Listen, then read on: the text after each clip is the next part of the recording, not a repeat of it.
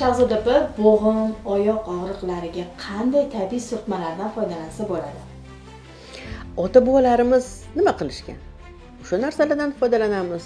Nima qilishgan ular? Mana hozir sirenni ochilgan paytlari, to'g'rimi? Sirenni gulini shunday uzib olamiz. Uzib 1 litrli bankaga bosib solamiz. Bosib solib, ustidan 70% spirtdan quyib, krishkasini yopib, qora salafan bilan o'rab, 15-20 kunga qorong'i joyga olib kirib qo'yamiz.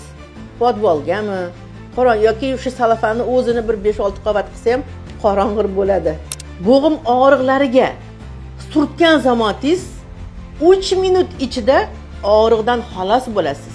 Borgani 5 minut ichida og'riqdan xalos bo'lasiz.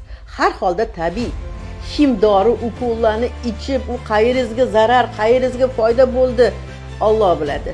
Mana 100% tabiiy. Yana nima? Ikkinchi usuli. Momo qaymoq terib olinglar. Hamma yoqda ko'payib yotibdi hozir sezon payti. Momo qaymog'i o'sha gulini o'sha tanasi bilan birgalikda uni ham o'sha 1 litrli bankaga bosib soling. 70% spirtni soling. Uni ham o'sha sirenni tayyorlagandaqa qilib o'rab tashlang 15-20 kunga. Ana 1 oyga qo'yib qo'ying. Ana o'shani suvini og'rigan joyingizga shundoq surting. 3-5 minut ichida hech qanaqa og'riq qolmaydi. Mana shu usuldan foydalaning.